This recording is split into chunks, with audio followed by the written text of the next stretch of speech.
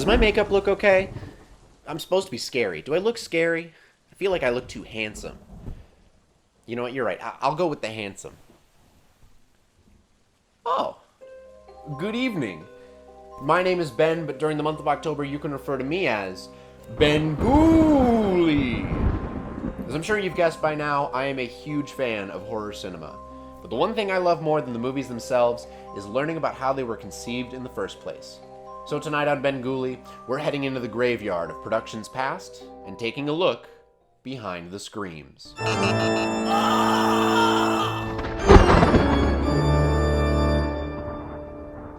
Tonight we're heading to the fictional town of Haddonfield, Illinois, where a young Jamie Lee Curtis got her big break in John Carpenter's sensational slasher, 1978's Halloween. Originally titled The Babysitter Murders, Halloween was written to take place over the course of a few days.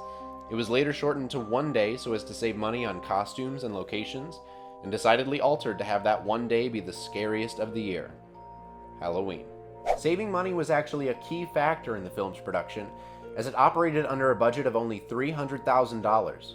Though Carpenter got a very valuable return on his investment, as the movie went on to gross over $47 million at the box office, making it one of the highest-grossing independent films of all time. The small budget is also the reason many of its scenes are unusually dark. Carpenter didn't have enough money to pay for extra lights after spending roughly $150,000 on Panavision cameras, and a cool $20,000 for Donald Pleasance, who only worked on set for 5 days. Pleasance, of course, plays Dr. Sam Loomis, but before him, both Peter Cushing and Christopher Lee were approached to play the role. Both turned it down for the low pay, and to this day, Lee cites it as the biggest career mistake he ever made. Halloween was shot early spring in Southern California, a stark contrast from an Illinois October, and you'll notice that the trees in the film are actually quite lush and green. To combat this, the crew routinely scattered paper leaves painted in autumn colors around each location, then collected and reused them to save money. Lastly, let's talk about the most iconic budgetary workaround in the entire film, Michael Myers' mask. Carpenter originally approached a high-profile Hollywood costume company to craft the mask, but opted instead for a cheap Captain Kirk death mask, which the crew altered with white paint and enlarged eye holes to create a killer as classic as the genre itself.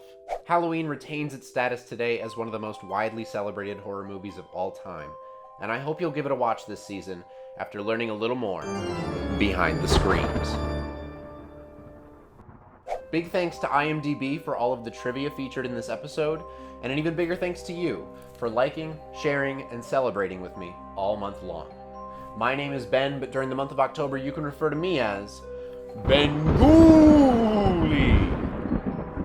Thanks for watching.